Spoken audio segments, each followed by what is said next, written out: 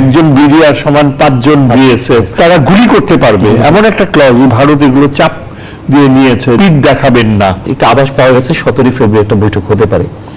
আসলে এই বৈঠকে আমাদের কোন কোন বিষয় প্রাধান্য পাবে বলে আপনার মনে হচ্ছে বা পাওয়া উচিত এই মুহূর্তে? আমার মনে হয় এখন আমরা আমাদের পররাষ্ট্রনীতির ক্ষেত্রে যে ঘোষিত অবস্থান রয়েছে সেখানে আমরা কোনো রকমের যে কম্পালশনস বা বাধ্যবাধকতা বা নিয়ন্ত্রণ বা শাসক স্বার্থ যেটা আগে সবচেয়ে বড় বাধা ছিল সেটা আমরা উত্তীর্ণ হয়েছি, যে কারণে আমরা বলি যে সত্যিকার অর্থে স্বাধীনতা।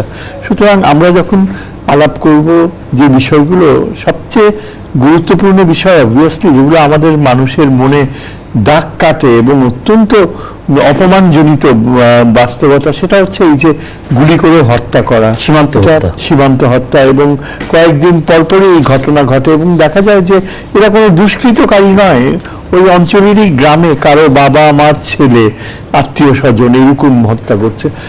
এটা আমরা দেখতে পেয়েছি যে এই বিএসএফ আগে ধরা হতো যে তাদের অত্যন্ত শক্তিশালী বাহিনী রয়েছে চৌকুশ, কিন্তু ইদানিং এটা প্রমাণিত হয়েছে আমাদের গ্রামের বর্ডার এরিয়াজের মানুষ যে জাগ্রত হয়েছে, অসম সাহসিকতা তারা দেখিয়েছে।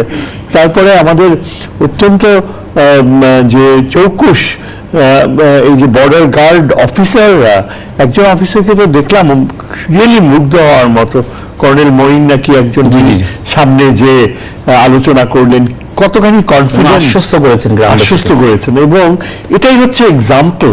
এবং এই ছিল আমরা আগে শুনতাম যে আমাদের একজন বিডিআর সমান 5 জন বিএসএফ, ওই দিনগুলো আবার ফিরে আসুক এটাই কামনা করি।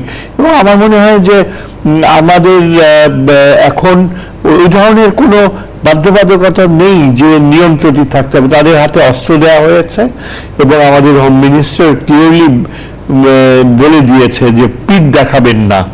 সুতরাং কথা বলার সময় যেটা গুরুত্বপূর্ণ হচ্ছে আন্তর্জাতিক আইন সম্পর্কে সজাগ থাকা, এবং সেখানে তারা যতই ডিটেইলস, একটা আমি দেখেছি যে তাদের অ্যাপ্রোচ হচ্ছে যে আগেকার রেজিমের সময় কিছু কিছু আইন ভঙ্গ করে কনসেশনস আদায় করে নেওয়া, এবং তাদের পক্ষ থেকে বলা হয় এগুলো তো আপনাদের সরকারি সই করেছে। তো এই বিষয়গুলোতেও আমাদের স্পষ্ট অবস্থান থাকা উচিত, তাদেরকে জানিয়ে দেওয়া উচিত যে দেখেন এগুলো যদি আপনারা ইনসিস্ট করেন এগুলো কিন্তু ইন দ্য লং রান কখনো আমাদের ভিতরে আস্থার সম্পর্ক হবে না। The closer we are to the facts, to the law, the better. এবং ওই যে 1975-এর যে নিয়ম ছিল, যেগুলো এগ্রিমেন্টগুলো হয়েছে, সেগুলো খুবই কার্যকরভাবে অনেক বছর চলে এসছে। 2015 সালে সেটা রিভাইজ করে আমি সেদিন একজন ব্রিগেডিয়ার মাহফুজ নাকি অত্যন্ত সাবলীলভাবে, তিনি একজন রিটায়ার্ড বিজিবি অফিসার, বলছিলেন যে গত কয়েক বছরে এমন কিছু ক্লজ অ্যাড করা হয়েছে যেগুলো একেবারেই আন্তর্জাতিক আইনের বিপক্ষে যায়। ভারত এগুলো চাপ দিয়ে নিয়েছে, যেমন ওই যে বর্ডারের কাছে কেউ ধান চাষ করছে, কৃষক বা কি ধরে নিয়ে যেতে পারে, এ ধরনের ক্লজ যেগুলো একেবারেই বেআইনি। সুতরাং এগুলো আমার মনে হয় পাল্টা উত্থাপন করা উচিত যে আপনারা একটা দুর্বল রেজিম সুযোগ নিয়ে এই যে এইভাবে ক্লজগুলো, তারপর তারা গুলি করতে পারবে এমন একটা ক্লজ, ব্রিগেডিয়ার সাহেব বলছিলেন, এগুলো আপনারা যে করালেন